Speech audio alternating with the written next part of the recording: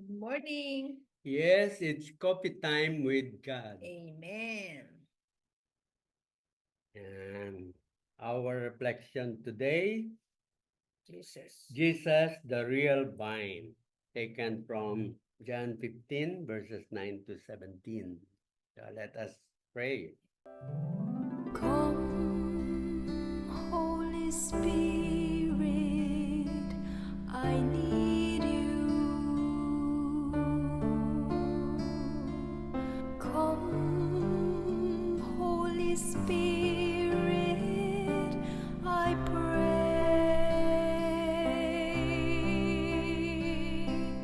Come with your strength and your power.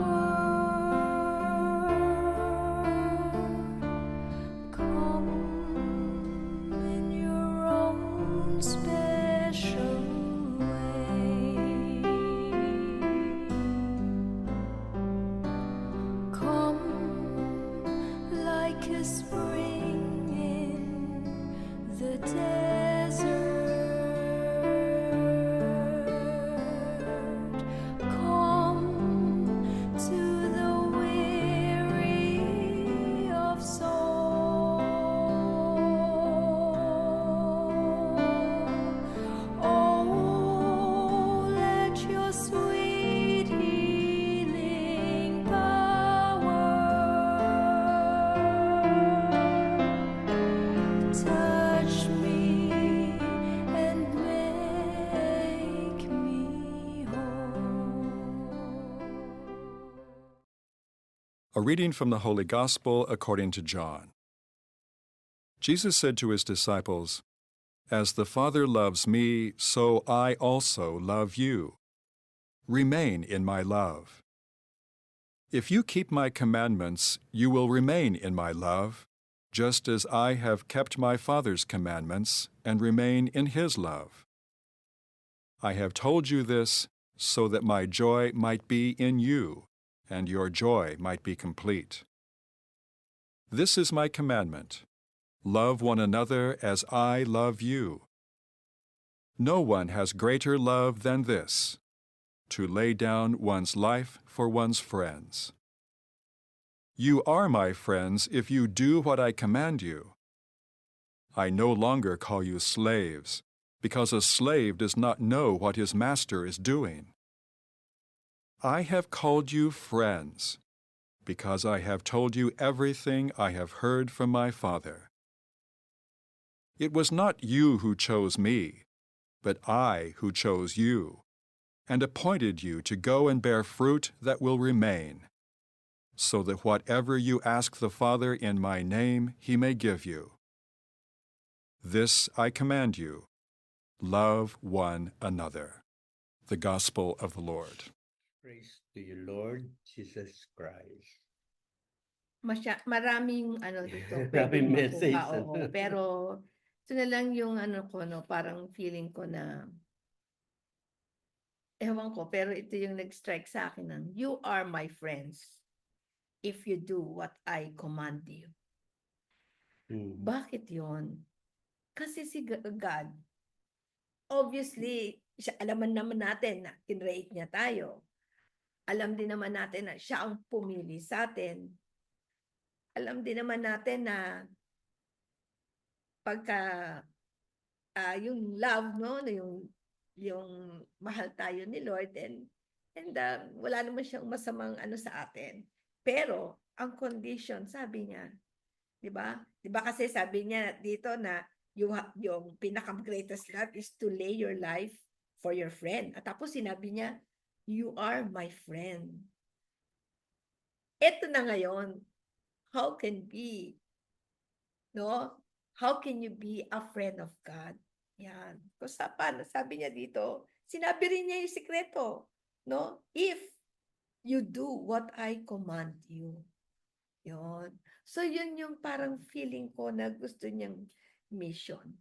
Dito sa sinasabi niya na dito na lahat yan mangyayari, pero gawin mo yung will ko para sa buhay mo. Yun yung sa akin. So, yun yung ano, sabi niya, you are my friend if you do what I command you. Sabi nga, pinili tayo ng Diyos na maging kaibigan niya. So, ang kanyang sabi sa atin, do what I command you to do. Ang sa akin, commandment. So, yung commandment, parang kaya niya iniuutos sa atin yon because gusto niyang maging masaya tayo.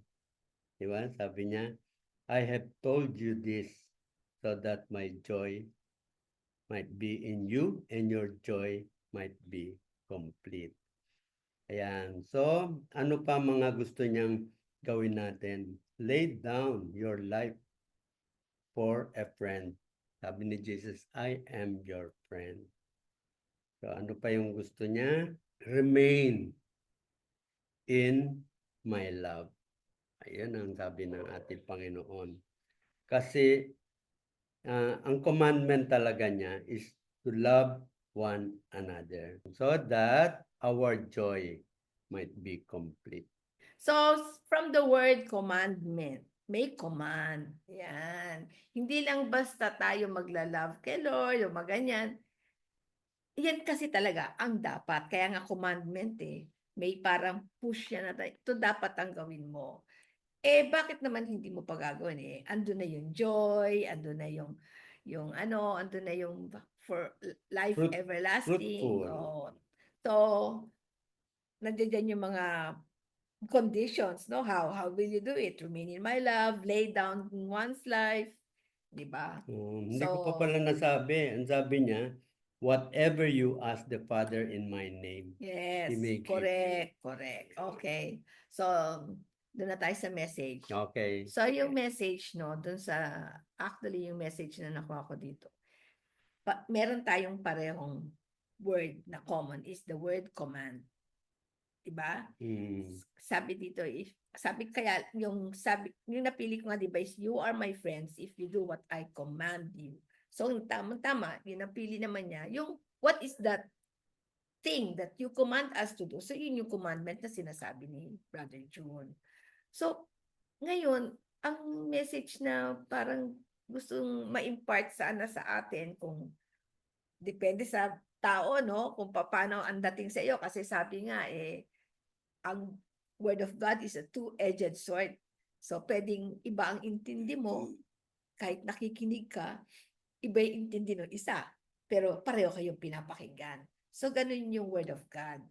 So, ngayon, ang gusto ko lang i-impart yung sinasabi nga na paano tayo magiging friend ni God, sabi niya. Kasi the choice is ours.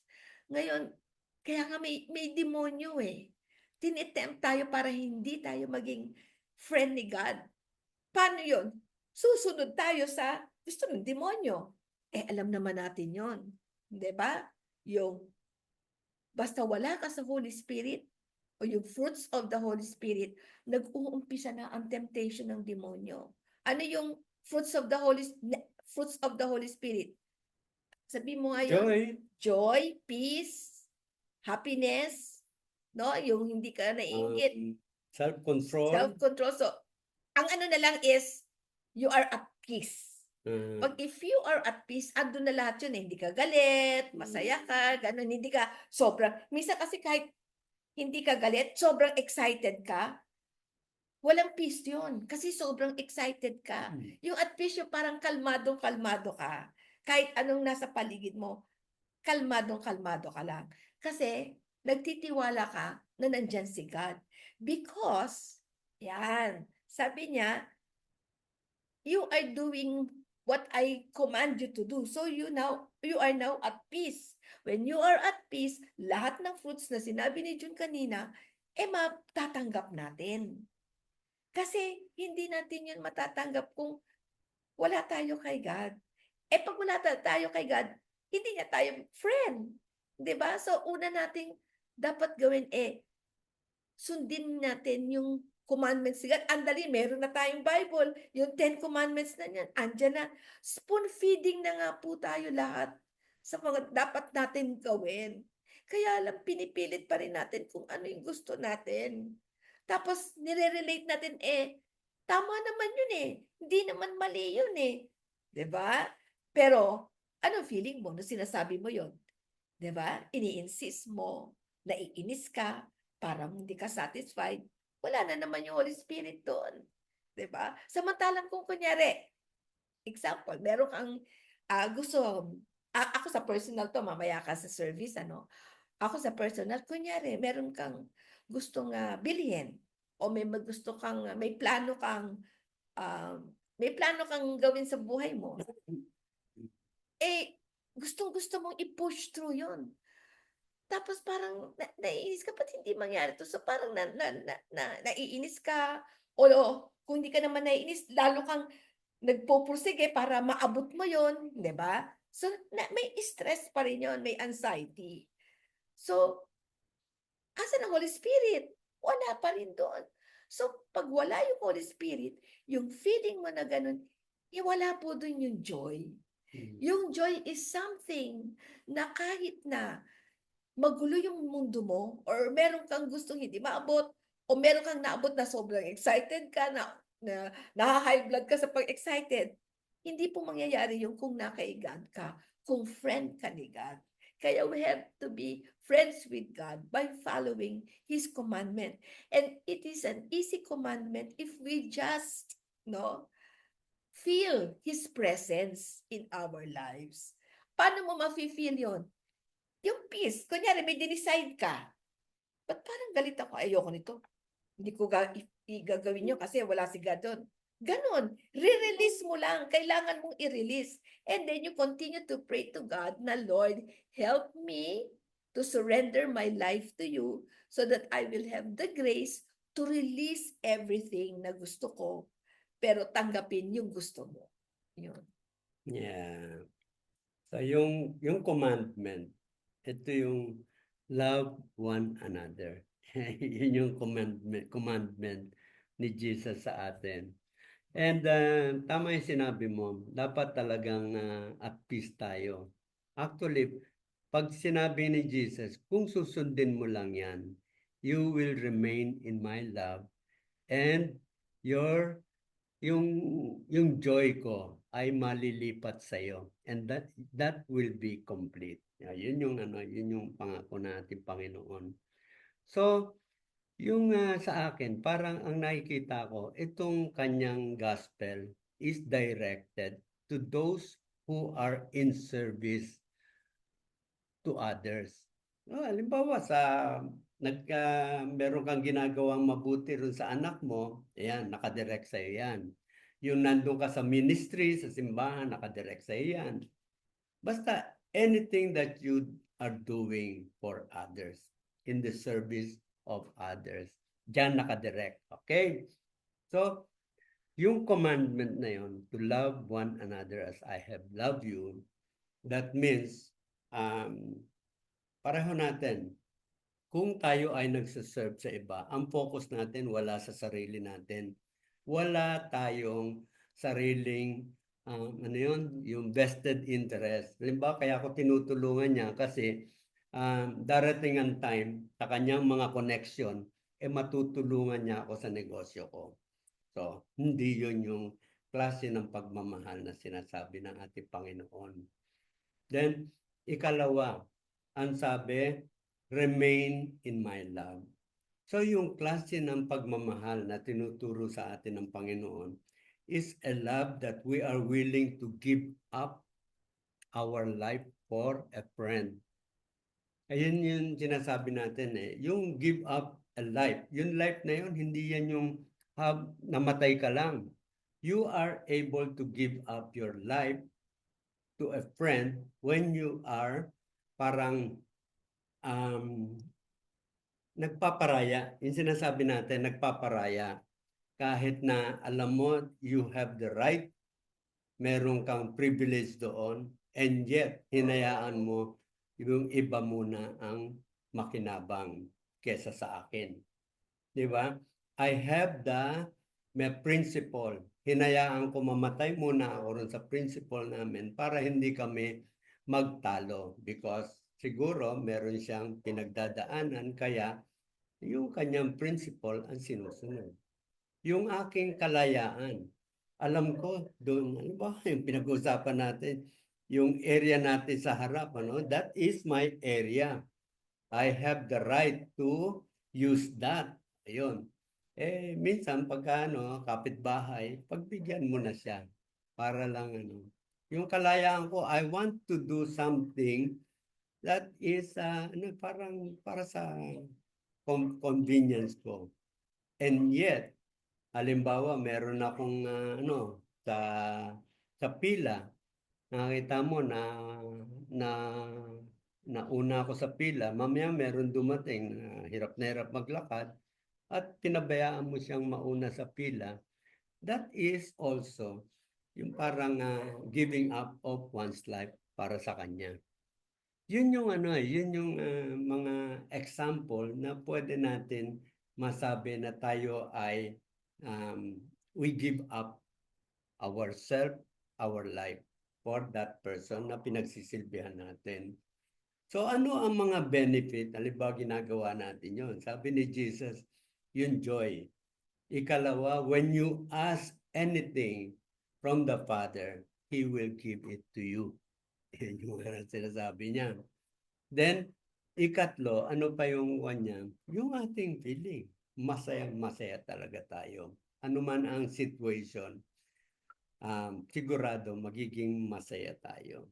So, one venue that we want you to try para maramdaman nyo how to serve, pareho nung iniuutos ng Panginoon dito, so that your joy will be complete, pumasyal kayo sa kapihan dito sa Mary Help of Christians. At every Sunday, nandiyan kami from 9 to 10 sa gym, sa likod po ng simbahan yan.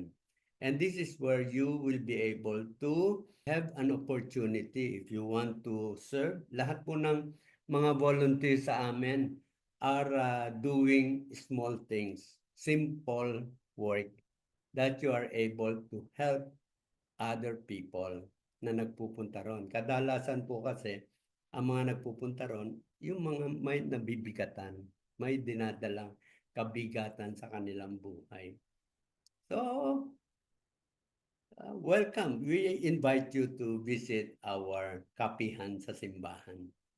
Yan. Pwede rin po yung buong pamilya, lalo na kung gusto nyo, yung mga malilit na anak ninyo na gusto nyo matuto ng magrosaryo or magdasal. Meron po kaming area doon habang yung magulang nagkakape-kape. Yung mga bata naman, naglalaro sila na hindi naman patentero, no? Yan Yes. talagang meron naman silang Spiritual natututunan. activity, right? So, maganda pong yan, no? Every Sunday, gawin nyo po yan as a family. Bago kayo mag-SM o mag-mall, daan muna kayo dyan. Kaya, kompleto ang family day with the Lord first. Yan. Amen. Amen.